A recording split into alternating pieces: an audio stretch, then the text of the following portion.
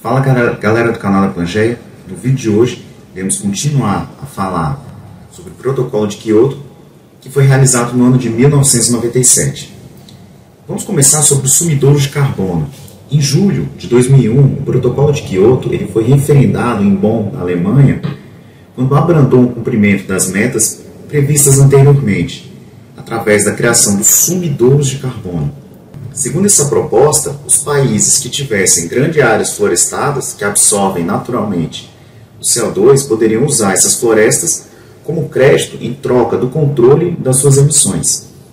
Devido à necessidade de manter sua produção industrial, os países desenvolvidos, os maiores emissores de CO2 e de outros poluentes, poderiam transferir parte de suas indústrias mais poluentes para países onde o nível de emissão ele é baixo, ou investir nesses países como parte da negociação.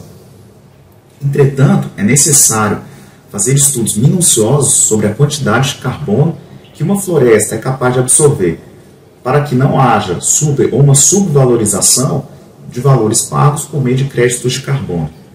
Porém, a partir da Conferência de Joanesburgo, essa proposta tornou-se inconsistente em relação aos objetivos do tratado, qual seja a redução da emissão de gás que agrava o efeito estufa. E deste modo, a política deve deixar de poluir e não poluir onde há florestas, pois o saldo dessa forma continuaria negativo para com o planeta.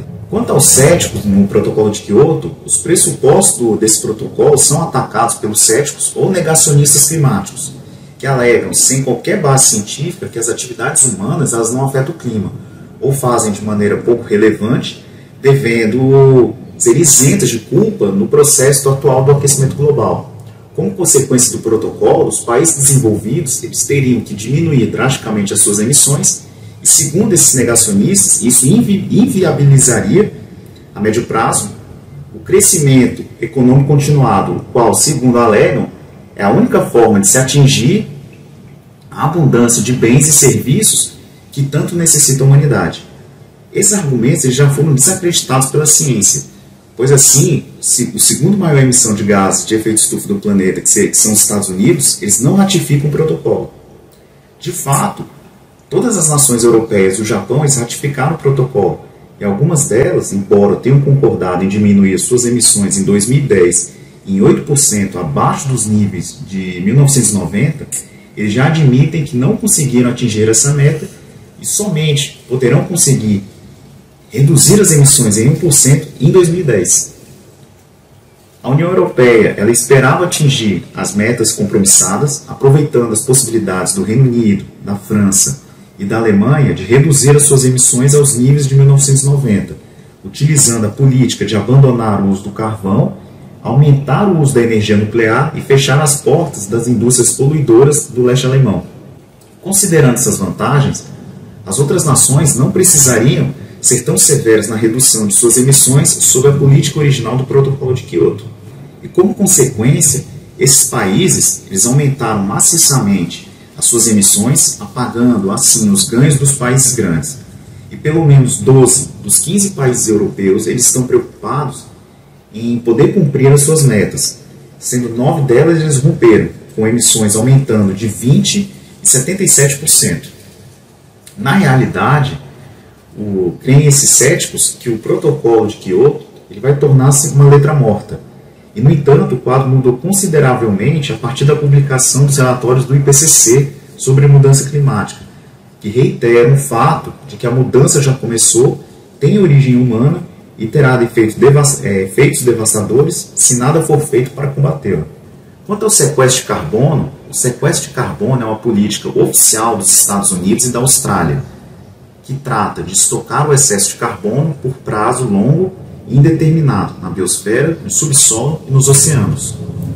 Os projetos do escritório do Departamento de Energia dos Estados Unidos eles são, primeiro, sequestrar o carbono em repósitos subterrâneos. Segundo, melhorar o ciclo terrestre natural através da remoção de CO2 da atmosfera pela vegetação e estoque da biomassa criada no solo. 3.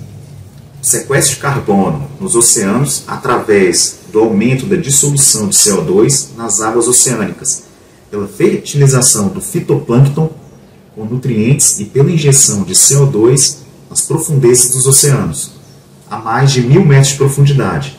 Quarto, sequenciamento de genoma de micro-organismos para gerenciamento do ciclo de carbono. 5. Enviar, através de foguetes, milhares de mini-satélites em espelhos para refletir parte do Sol, em média 200.000 mini-satélites que reduziriam em 1% do aquecimento. O plano de sequestro de carbono norte-americano ele já está em andamento e demonstra a preocupação desses céticos em ajudar a promover uma das causas, embora a considere insignificante, do aquecimento global. E a Austrália ela possui um plano semelhante ao dos Estados Unidos. E após 2012, o protocolo de Kyoto ele expira, e já há o compromisso da ONU e de alguns governos para o delineamento de um novo acordo, ou o que é mais provável, de uma emenda no protocolo de Kyoto, que estabeleceria novas metas a serem cumpridas após 2012. As discussões começaram em 16 de fevereiro de 2007 em Washington. Os chefes de estados do Canadá, França, Alemanha, Itália, Japão, Rússia, Reino Unido, Estados Unidos, Brasil, China, Índia, México e África do Sul concordaram em princípio sobre o esboço de um sucessor para o protocolo de Kyoto. Eles discutiram em especial a criação de um limite máximo para o comércio dos créditos de carbono, bem como a aplicação de metas de redução das emissões de CO2 aos países em desenvolvimento e propuseram-se a delinear tal esboço até o término de 2009. Em 7 de junho de 2007, os líderes na 33ª reunião do G8 afirmaram que as nações do G8 visam reduzir pelo menos para metade as emissões globais de CO2 até 2050. Os detalhes que possibilitariam cumprir tal meta de redução seriam negociados pelos ministros do meio ambiente dos países do G8 dentro da Convenção das Nações Unidas sobre as Alterações Climáticas, a UNFCCC, em um processo que poderia também incluir as grandes economias emergentes. Uma rodada de conversações sobre as alterações climáticas, sob os auspícios da Convenção das Nações Unidas sobre as Alterações Climáticas, a UNFCCC, em Viena, sobre o encontro das mudanças climáticas em 2007, ela foi celebrada em 31 de agosto, com um acordo sobre os principais elementos para uma eficaz resposta internacional às alterações climáticas, o mapa do caminho, o roteiro de negociações que nortearam tal convenção. Não propunha um novo protocolo para substituir o de Kyoto, já que o mesmo ele exigiria uma nova rodada de ratificações que poderia perdurar por anos, como foi o caso do protocolo de Kyoto, que só entrou em vigor após ser ratificado por uma quantidade de países que perfaziam 55% das emissões mundiais de CO2, tendo decorrido da abertura para as adesões até a sua entrada em vigor mais de 7 anos. Mas sim um segundo período de vigência do protocolo, com novas metas a serem definidas. Uma característica-chave das conversações foi um relatório das Nações Unidas que mostrou como a eficiência energética poderia trazer significativas reduções nas emissões de baixo custo.